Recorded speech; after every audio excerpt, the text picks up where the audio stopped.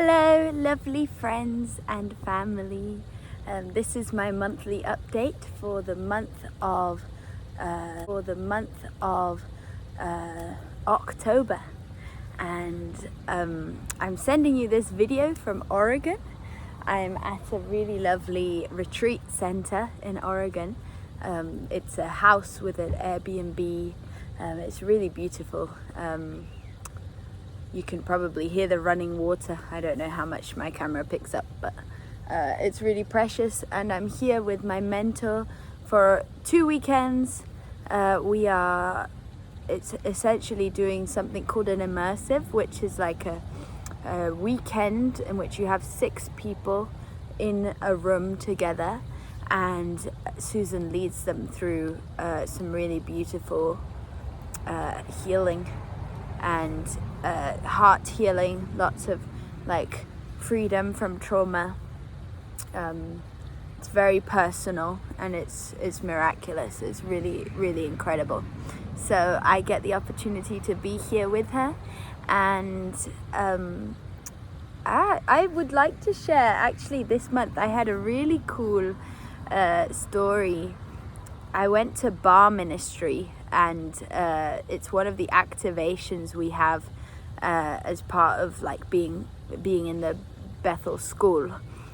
We get to go out to the bars, and it's the one I signed up for this year, is going out to the bars in Reading and sharing Jesus with people. And it looks different every night, but this was the first night I went, and the first Friday night we go from 9 till 12 p.m.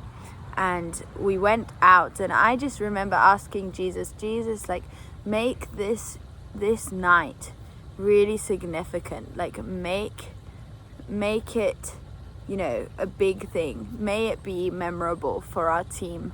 May we see the power that there is in coming to love people. And so we went out, and I went up to this guy. I was praying when we went into the bar. You've got your people drunk sitting at the bar, and I was praying, asking Holy Spirit what he wanted me to do. And so I just sat down at the bar, and there was this guy sitting like 2 empty seats away from me. And so I motioned to him to come sit next to me. And of course, a guy at a bar, interested, people come to find girls, and so that wasn't hard. But he came and sit down next to me, and he was pretty drunk. But I just listened to him. I just listened to him talk about his ex-girlfriends and da-da-da-da-da. And guys, like, it's so easy when you're not trying to do something out of religion or out of a sense of duty. Actually sharing Jesus' love with people is so easy. And so I just listened to him, and then I said, hey, he said to me, at some point he said to me, I don't know what to do anymore. Like, I'm, girls just like bad guys. Like, I'm not, that's it. Like, I don't know what to do anymore. And I said, hey, I know what you need. You need Jesus. And he was listening to me, and I just shared the gospel with him, and I really focused in on the Father's love. And then I told him the story of the prodigal son and how God is looking for you. I said to him, hey, you the Father is the only one who can love you the way you want to be loved. And actually, he wants to love you more than your father ever did. And as I shared that with him, he started tearing up, guys. And he said to me, okay, what do I do? And it was almost as I was speaking, he sobered up. Like, he was so attentive. He was not drunk. He was not drunk anymore. He was like, okay, so what do I do? And I was like, yeah, it's so easy. Do you want Jesus to come be your Lord? Do you want him to live inside of you? And he said, yes, I do. And so we prayed, we invited Jesus to live inside of him, to be his Lord. And we invited Holy Spirit to come. And he said, I feel it. It's like love. And I was like, yeah, that's him. He is love. And he was so emotional. It was so beautiful to watch. And my friend Cerise and I grabbed his phone and we started recording to remind him what he had done. You know, you gave your life to Jesus tonight, and we started prophesying over him and praying over him, and it was just such a beautiful moment. It was the first person I talked to in the bar. Like, it was so easy, so simple. And so I just wanted to encourage you guys that Jesus, people in the world are so hungry for Jesus. I think we buy into this idea that we have to convince people with the gospel. Like, no, the gospel is convincing in itself. Like, that you would be loved is such a powerful message.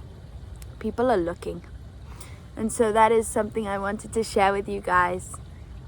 People are looking, people are hungry. Don't buy the lie that people will reject you. If they do, who cares? But it's not. Most of the time, people are really interested. And it's all about just following the Holy Spirit's voice. So I wanted to share that with you guys. And thank you so much for your support and your prayers. I really appreciate it. Stephen and I are planning wedding stuff, doing all these things at the same time. One of the things that I'm really excited about actually is I'm fundraising to go to Hawaii. And it's quite funny because I asked Jesus where he wanted me to go on missions this year, and he said, I want you to have fun. And Stephen and Cerise, one of my closest friends, are going on this trip as well. And so I just felt like I was supposed to apply there to Hawaii. But it's going to be fun because Jesus is so wanting to speak to the people of Hawaii as well. That is so much part of his heart. And so that is one thing that, if you would like to support me financially, that is one thing that I'm fundraising for. When I went to South Africa last year, I saw so many miracles. You can look back on my videos if you haven't heard about them. But yeah, it was just precious. So if you would like to support me in that way, please let me know. I have a couple financial deadlines to make, and I'm just believing Jesus for the money to come in. So reach out to me. I'm so grateful for you guys. Sending you big hugs. Mwah. Until next time.